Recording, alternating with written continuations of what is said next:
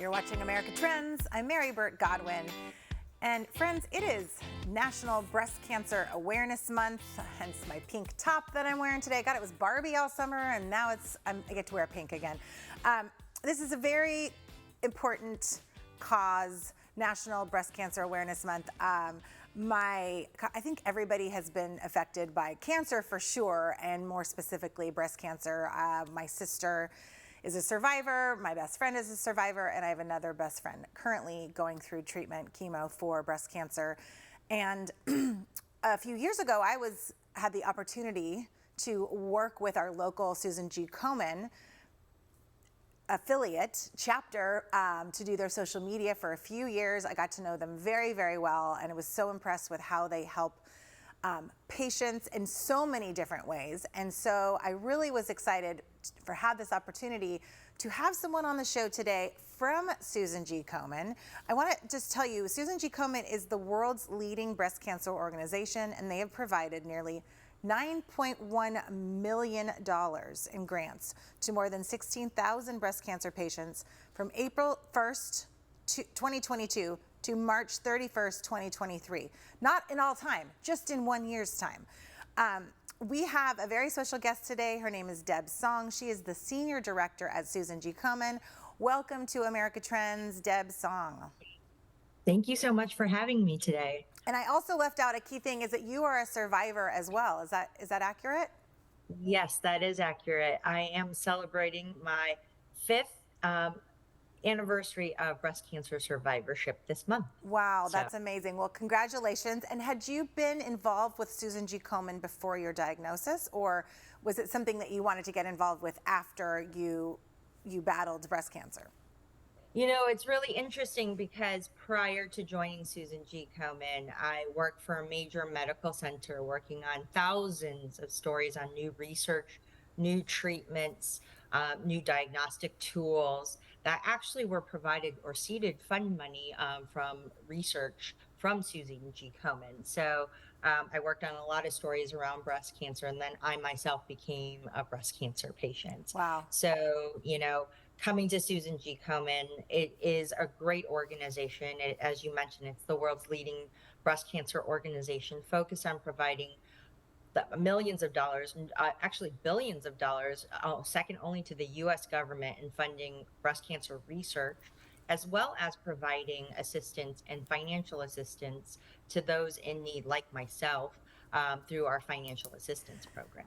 Yeah, I love that there's so many. I want to talk about all of these different elements and ways in which Susan G. Komen helps people out there, patients, families also, and in so many different ways. You mentioned research, you mentioned financial assistance, and also just support and awareness and education and getting the news or the spreading the word as to how women can do breast exams. I know you have a mobile mammogram clinic, right? So you help take mammograms, make them more accessible to people that probably wouldn't get them otherwise.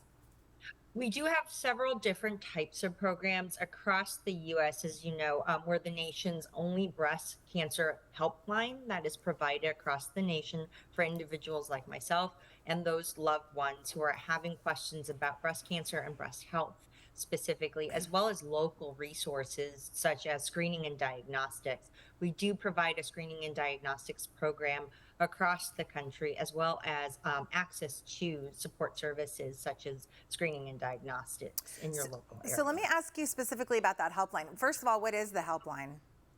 The helpline is actually, you can go to Komen.org, or you can go to 1-877-GO-KOMEN. Those are the lines to call. We do have individuals who are breast cancer health patient navigators on the other line to help provide you with assistance. Also, just a lend of an ear. I know when I went through diagnosis and treatment, and there were questions that I had, I called the line myself. It was very helpful from that perspective. And for any individuals who might need assistance in other ways, these patient navigators and counselors on the line can definitely help. Yeah, you know, I was thinking it's so overwhelming when a person, because there is a percentage of men that get this as well, right? I don't remember the percentage off the top of my head. It's small, but it exists. But when someone is diagnosed and or a family member, the news is kind of shocking. It's very shocking. It's alarming. It's scary. It's all the different things. So having a number to call first and foremost to just say, where do I even begin? Where do I look for a doctor? Who do I go to? All the different ways. And then, I want to get into this term that I heard, I think from your website, financial toxicity, the fear of the expenses that come with a diagnosis of cancer. Can you talk about that? I was reading 73% of adult cancer survivors experience financial toxicity. So what is that, and how does Susan G. Komen help that specifically?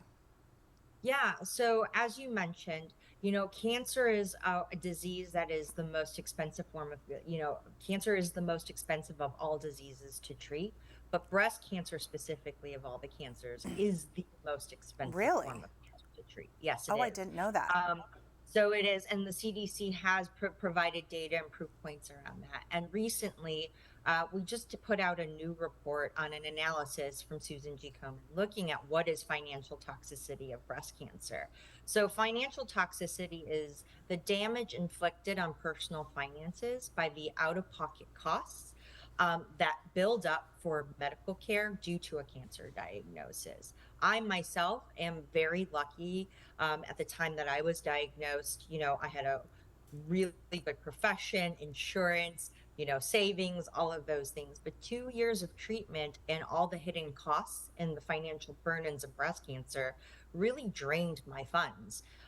This continues to happen as you ongoingly have to do follow-up care, scans, and whatnot. So we put out a recent report looking at the 16,000 individuals we provided assistance to in financial assistance, just to find out, what are the stressors and concerns that these individuals have that are newly diagnosed, for those who are living with metastatic breast cancer. And of those 16,000 individuals that were awarded grants, the recipients reported the greatest financial struggles that they are stressed out about are basic living needs, which are paying rent, transportation costs to and from appointments, as well as utility bills and just even food. This is a real issue across the US. And, luckily, we're able to provide financial assistance thanks to individuals who provide donations, and we're able to provide that kind of funding.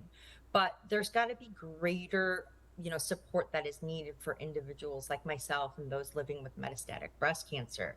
We know that 93% of the individuals who were awarded financial assistance, they said that their stressors were relieved even with that small amount that was awarded, because that was something that could actually take away some of the concerns around how to pay for things so they can focus on their care.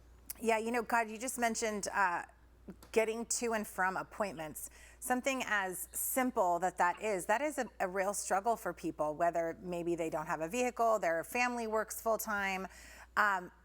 Things that are that simple, that we think are simple, are real burdens and stressors on people, that they don't need that extra stress when they're trying to recover and take care of themselves emotionally, physically, all the different ways they need to be focused during breast cancer treatment.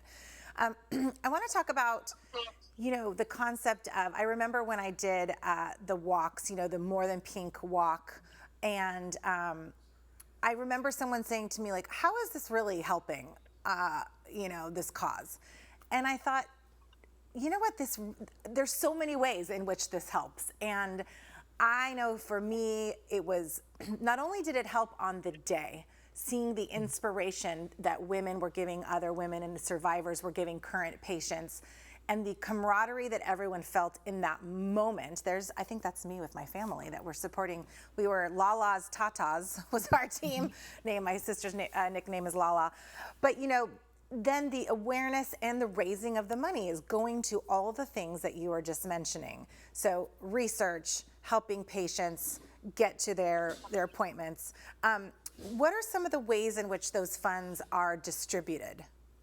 Yeah, absolutely. So dollars raised through Susan G. Komen, through our walks, as well as individual donations, go to critically fund things like the financial assistance program, as well as our patient care center, including providing patient navigators to individuals who are diagnosed or newly diagnosed or living with metastatic breast cancer, as well as providing funding for critical research around whether it is, research around new medications, new drug therapies, diagnostic tools.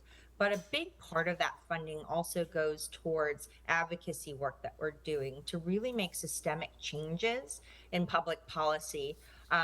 Because really what it comes down to is all the dollars that are raised, that does help, but we really need to make true change in laws in order So to I'm gonna stop you right there because we have to do a quick commercial. Can you stick around for another segment? Because I've got more and more questions for you.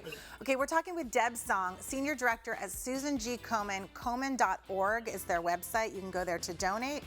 And we're celebrating National Breast Cancer Awareness Month. Stick around for more America Trends right after this.